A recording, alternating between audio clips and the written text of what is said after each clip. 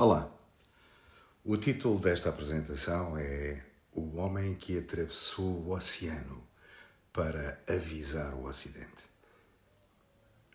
Hoje quero começar por falar convosco sobre esta série com uma pergunta que parece histórica, mas que na verdade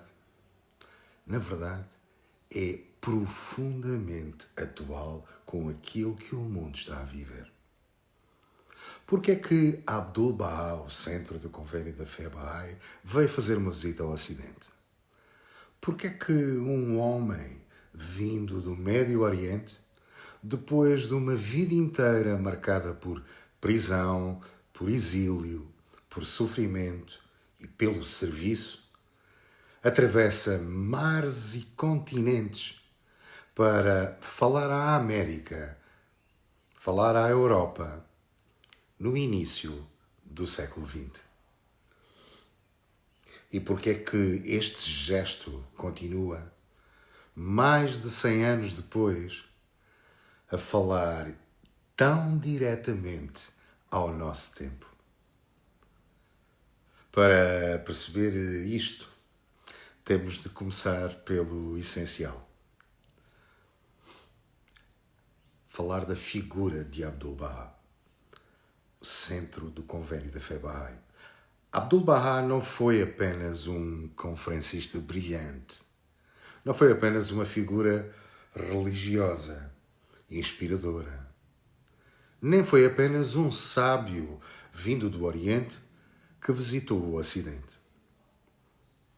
Abdu'l-Bahá foi o filho mais velho de Baha'u'lláh, a glória de Deus, o fundador da fé Bahá'í, e foi designado por ele como seu intérprete autorizado, o intérprete autorizado de todos os seus ensinamentos e a cabeça da fé, da estrutura da fé Bahá'í e da comunidade Bahá'í e das instituições Bahá'ís após a sua passagem. A própria apresentação oficial no site do Bahá'í.org descreve Abdu'l-Bahá como o principal expoente da fé no início do século XX. Ele era conhecido como o campeão da justiça social e o embaixador, veja-se, o embaixador da paz internacional. Então impõe-se a pergunta, mas então o que é a fé Bahá'í? A fé Bahá'í ensina que, ao longo da história, Deus enviou à humanidade uma sucessão de educadores divinos, a que chama os manifestantes de Deus, cujos ensinamentos servirão de base ao avanço da civilização. Os Bahá'ís acreditam que a necessidade crucial do nosso tempo é encontrar uma visão unificadora do futuro da sociedade e da natureza e propósito da vida. E que essa visão se desdobra nos escritos de Baha'u'lláh. Baha'u'lláh significa a glória de Deus. Nesta perspectiva, o Bab, a porta numa tradução literal, foi o seu arauto. A página oficial sobre o Bab explica que ele anunciou, em meados do século XIX, uma mensagem destinada a transformar a vida espiritual da humanidade. E que a sua missão era preparar o caminho para a vinda de um mensageiro maior que inauguraria uma nova era para a humanidade de paz e justiça. E esse foi Baha'u'lláh. E quem é Baha'u'lláh? A apresentação oficial da sua missão afirma que ele é o prometido anunciado pelo Bab e pelos mensageiros divinos do passado, que o anunciaram e que trouxe uma revelação para a humanidade e delineou nos seus escritos uma estrutura para o seu desenvolvimento, para o desenvolvimento de uma civilização global, unindo as dimensões espiritual e material da vida humana. Por isso, ele foi tão vilipendiado e sofreu exílio e prisão e tortura no exílio durante mais de 40 anos. É aqui que Abdu'l-Bahá se torna decisivo. Já agora, Abdu'l-Bahá significa o servo de Deus.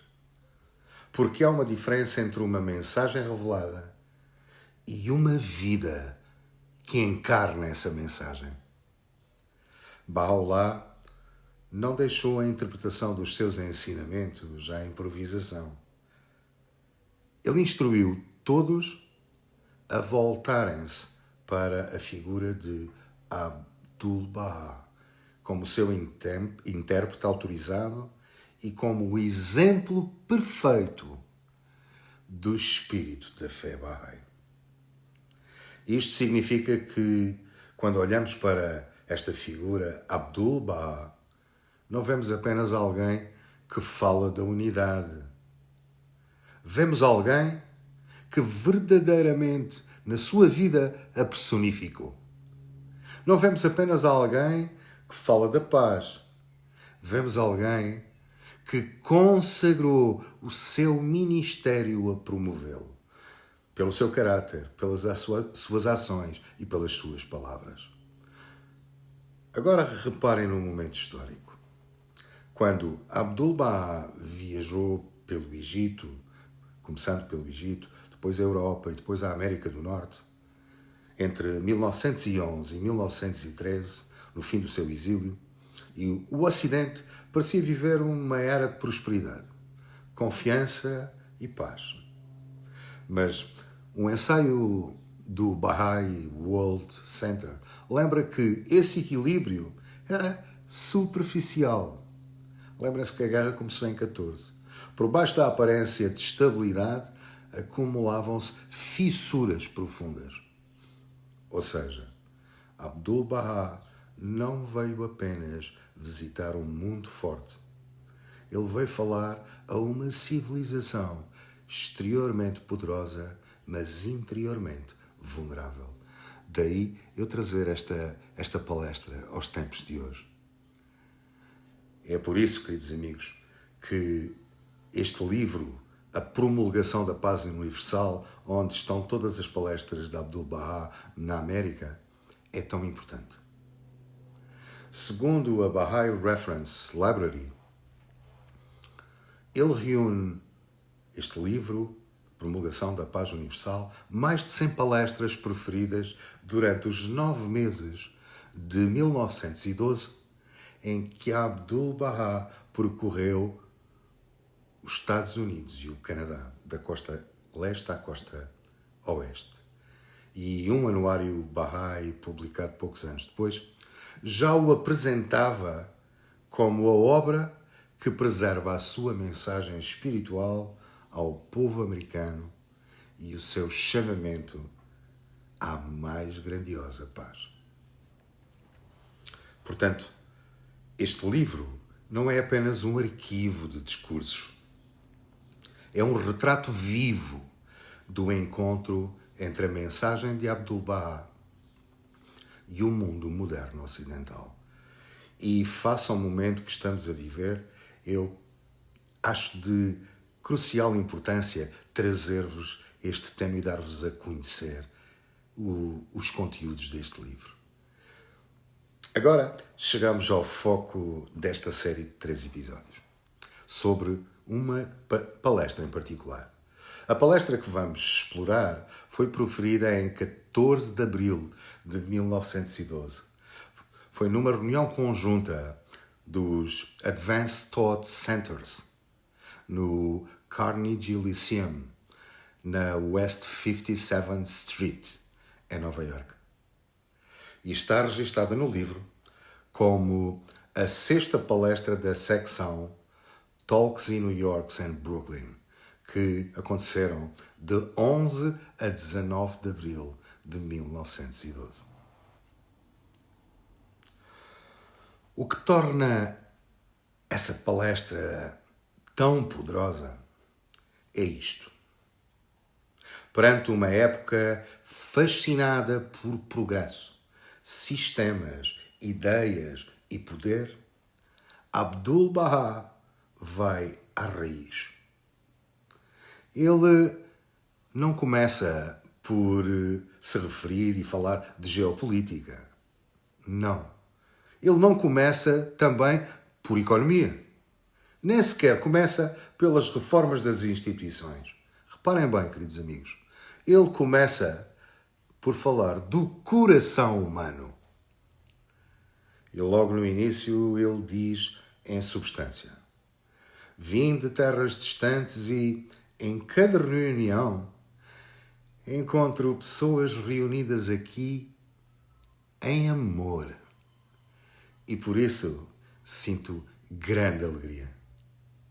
Depois, afirma que espera que toda a humanidade se una num verdadeiro laço de amor.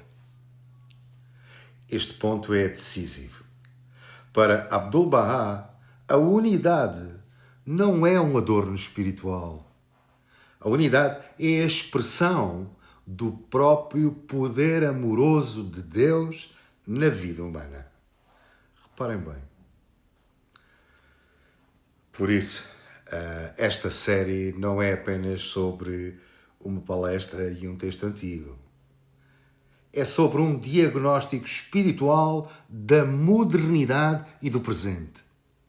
É sobre a pergunta mais urgente que talvez o nosso tempo tenha esquecido e por isso estejamos neste dialogar de qualquer coisa catastrófica. Como é que a humanidade tecnologicamente avançada pode continuar moralmente partida, fragmentada, dividida? Como é que um mundo tão interligado continua tão incapaz de uma verdadeira comunhão? E porquê é que um mensageiro da paz, dirigindo-se ao Ocidente, provindo do Oriente, começa pelo coração, a falar do coração e não do sistema? Antes de terminarmos este primeiro episódio, deixo já diante de vós as grandes ideias da palestra. Como quem abre as portas para uma casa ainda por explorar. Acreditem. Nesta palestra, Abdu'l-Bahá fala de uma humanidade iluminada por uma mesma luz, por um sol. Fala da unidade como a expressão do amor divino. Fala do dever de polir o espelho do coração.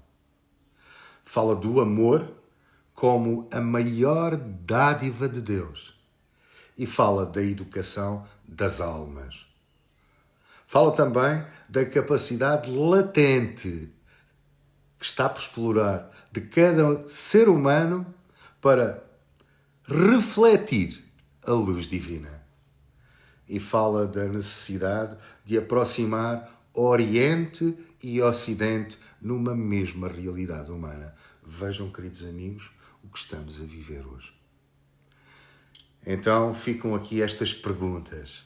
E é nelas que eu quero que fiques até ao próximo episódio. Se a luz incide sobre todos, por que é que o mundo continua mergulhado em tanta escuridão? Se a humanidade é uma só, por que é que vivemos como adversários e não somos capazes de refletir esta última viagem à Lua que juntou toda a ciência da humanidade num único propósito? Por que é que Abdu'l-Bahá, ao falar da paz e de civilização, decide começar pelo coração humano? o que significa de facto polir o espelho interior. E porque é que, sem amor, até a verdade, a justiça e a unidade se tornam insuficientes. Queridos amigos, no próximo episódio vamos entrar no centro vivo desta palestra. E talvez possamos descobrir e venhamos a descobramos que a grande crise do mundo não é apenas a falta de soluções. Talvez seja a falta de receptáculos puros para a luz. Queridos amigos, espero que tenham gostado. Partilhem com outros amigos e vamos nos voltar a ver no segundo episódio que vai entrar no centro desta palestra. Despeço-me com amizade e carinho. Um grande abraço e até ao próximo vídeo.